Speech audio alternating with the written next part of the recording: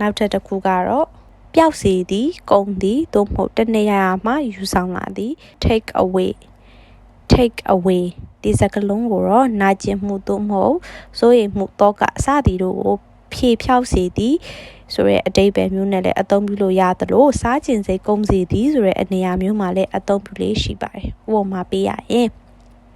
ယောဂပျောက်စေရန်ဆရာဝန်ကငါ့ကိုဆေးအချိုးပေးခဲ့တယ် The doctor gave me some medicines to take away the pain.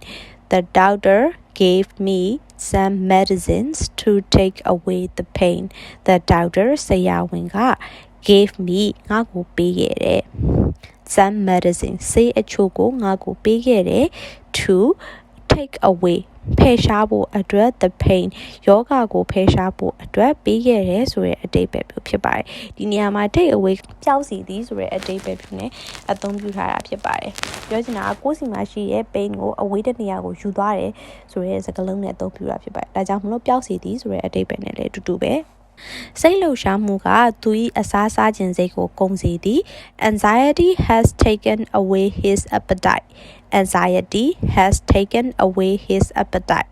Anxiety ဆိုတာကတော့စိတ်လှုပ်ရှားမှုစိတ်ကြောင့်ကြမှုဆိုတဲ့အဓိပ္ပာယ်မျိုးဖြစ်ပါတယ် has taken away ယူဆောင်သွားခဲ့တယ်ဆိုတဲ့အဓိပ္ပာယ်မျိုးဖြစ်ပါတယ်taken away ကတော့ take away ရဲ့ verb 3အနေနဲ့အသုံးပြုထားတာဖြစ်ပါတယ် his appetite သူ့ရဲ့အစားစားခြင်းစိတ်လို့အဓိပ္ပာယ်ရတာဖြစ်ပါတယ်ဆိုတော့ anxiety has taken away his appetite စိတ်လှုပ်ရှားမှုကသူ့ရဲ့အစားစားခြင်းစိတ်ကိုကုန်စေတယ်လူယူသွားတယ်လို့ဖော်ပြခြင်းဖြစ်ပါတယ်ဒီနေ့ဟာမှာပါဆယ်ထုတ်ပြီးတော့စားတဲ့အခါမျိုးတွေမှာလည်း take away လို့အသုံးပြုလို့ရတာဖြစ်ပါတယ် take away မှမဟုတ်ဘူးဆိုရင်လည်း take out ဆိုတဲ့စကားလုံးကိုပြောင်းပြီးတော့အသုံးပြုလို့ရပါတယ်ဥပမာပေးရရင် he ordered cheesecakes to take away သူအပြင်မှာစားရင်သို့မဟုတ်တခြားနေရာမှာစားရင် cheesecake ကို